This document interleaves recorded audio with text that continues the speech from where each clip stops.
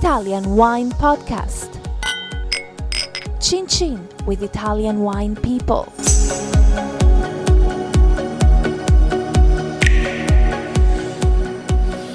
This is the Italian Wine Podcast with me, Monty Waldin. Today I'm in Barolo in Piedmonte in northwest Italy. I'm talking to Stefano Chiarlo, whose father Michele founded the winery in 1956. Welcome.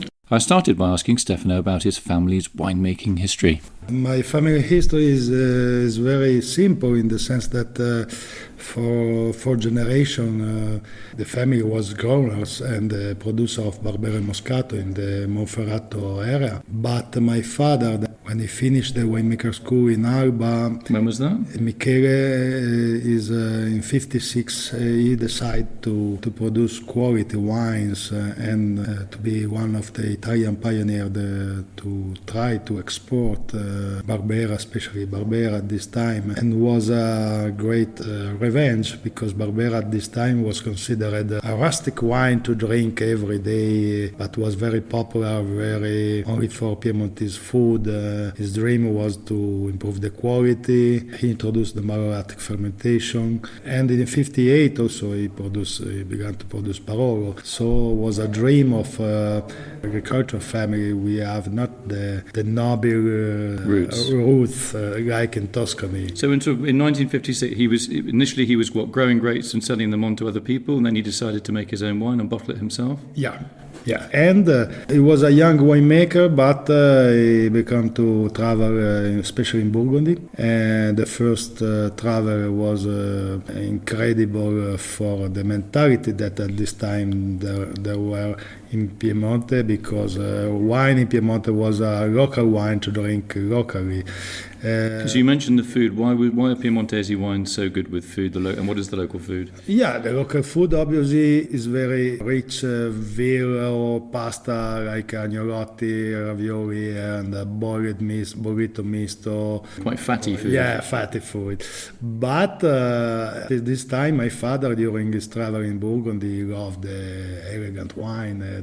The idea that the wine could improve the territory and improve the perception of the people was not easy, because I arrived to produce wine that have a price that was the double or 3 times was considered crazy, because in this time Barbera have only one price.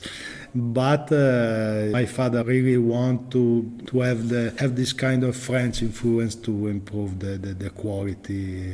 Step by step, he have the opportunity to buy the best soil, because my grandfather and the old generation teach that if you want to produce a great wine in Piedmont, you have to be owner of the best soil. The best vineyard site. Best vineyard. And when my family have the opportunity to buy the single vineyard during the 80 of Barolo and the single vineyard during the 90 of the Great Barbera, step by step we buy the best land, the best vineyard. So you have 2 single vineyard Barberas. You have Le Orme, which means the elm tree. No, Le Orme is our classic Barbera. Mm-hmm. It's not a single vineyard, but arrived from the most vocated soil for Barbera are in the south of Asti region, close to the Nizza Monferrato, where there is this kind of Astiano sandy soil that was the bottom of the Adriatic Sea, that is very poor in the organic, but very rich of microelements that give to the Barbera this delicacy, this elegant sensation, this soft. And what about La Courte? That is a single vineyard, isn't it? Yeah, La Courte was really a dream that for several reasons we want to buy before when we realize. Because the single vineyard in the Barbera field are very small, and it was not easy to buy this farm. It was a historic farm because there are the cypress trees. Cypress trees that was the symbol of the Tuscan family that was owner in the past. And when we have this opportunity during the 95, we buy these 20 hectares of southwest to southeast exposition, incredible terroir, And we decided to produce a Super Barbera that is the single vineyard La Courte. So La Courte is named after the court of what was the castle that was built, that was burnt down 500 years ago. So you got the vineyard, or your family got it in 1995. 1996 was your first vintage. How did that go? Yeah, this was a nightmare for me because it was my first harvest that I'm very exciting to try to produce important Barbera. When we arrived at the end of August, I get out from the winery, see a strange crowd, I run, and when I arrive in the top of the hill, I see that arrived this crowd and arrived the hell, and so it was a really nightmare because I remember that I crying for half an hour. It was totally destroyed because my dream, by hail, because it was destroyed my dream, and first vintage you can imagine.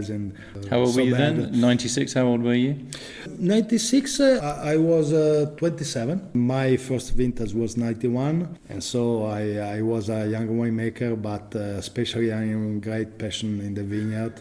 So especially in Piemonte, from 91 to 96 we have a bad vintages. So was the first good vintage that I destroyed with the hair was a totally... But what did that teach you long term, that kind of experience about never taking nature for granted? This is they teach it that until you don't make the harvest, you are not sure what you have in your hand, and especially it's very, very important the last 20 days of before the harvest, because in this day you make the difference between one good vintage to outstanding or good to bad. If arrive 1 week of rain, the good vintage, you have to bad vintage. But if you have the lucky that the last 20 days are dry and with nice weather, you have in your hand a great vintage. So all the work in the vineyard is more than 6 months, but when you have the grapes in the winery, you can sleep. Before not. So you have some single vineyard Barbarescos, and your most famous one is the Fazette, yeah? Yeah. So tell me, why is that so special? Fazette is a special single vineyard because it's in the heart of the Barbaresco territory, and there's a long story because Fazette was known the last 200 years, but especially is a special vineyard. It was planted more than 50 years ago in the southwest exposition. Is a very small clone of cluster that gives the composition of the soil and the microclimate give this kind of character Barbaresco, but very, very elegant with some spice, some hint of Burgundy style. Is a totally unique single vineyard. So it's on the top of a hill and southwest facing. It must be. What are the grapes like when you pick them? Are they big and juicy, or? Yes, but what is very particular that is the size of the berries very, very small, and so the size of the skins are very thick.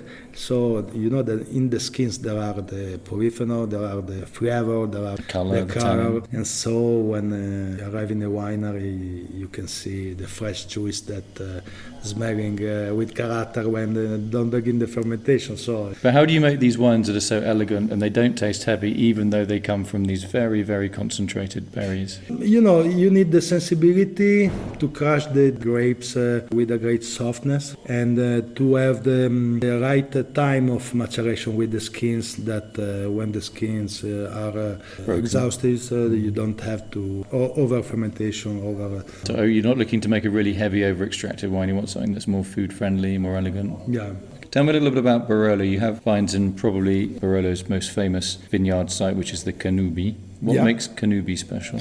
But Canubi is the first Italian single vineyard, because first bottle of Canubi was still conserved from a private collector, was 1752. 1752. Yeah, is the dream of every Barolo producer have a piece of land in this single vineyard, because is where the story is, with the story Barolo, but also because it's a special vineyard. It's still clay rich of mar, but also rich of a lot of sand, and give this kind of Barolo very, very intriguing in the flavor with this kind of flower, this kind of small berry and the licorice during the evolution, but especially the texture of the tannin are very, very silky, and that is a monumental Barolo, that all the Barolo wine lover in the life love to drink until one time a bottle of Cannubi because...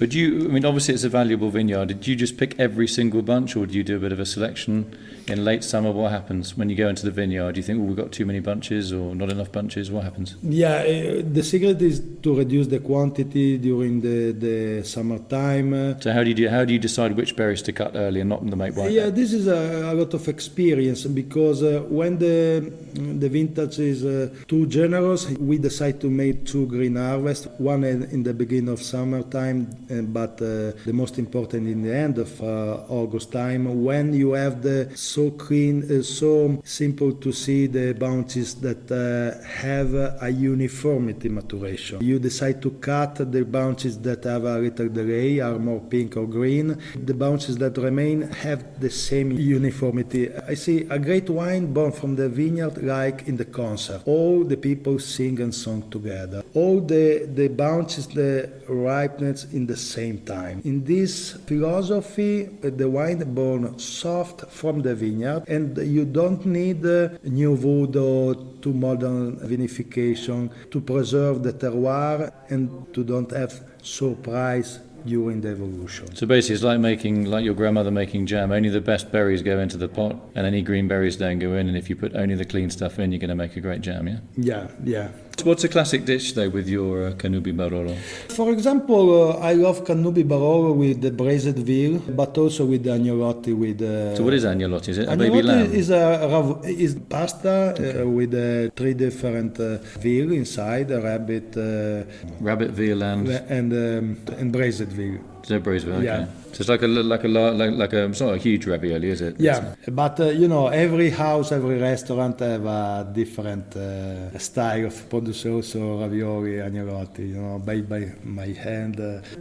Cannubi is totally wine for food, but also all the Barolo are wine for food. But really, what is the beautiful thing is that some prefer one single vineyard, other people, wine lovers, prefer other single vineyard. They are so different but the difference are the richness of the Barolo territory.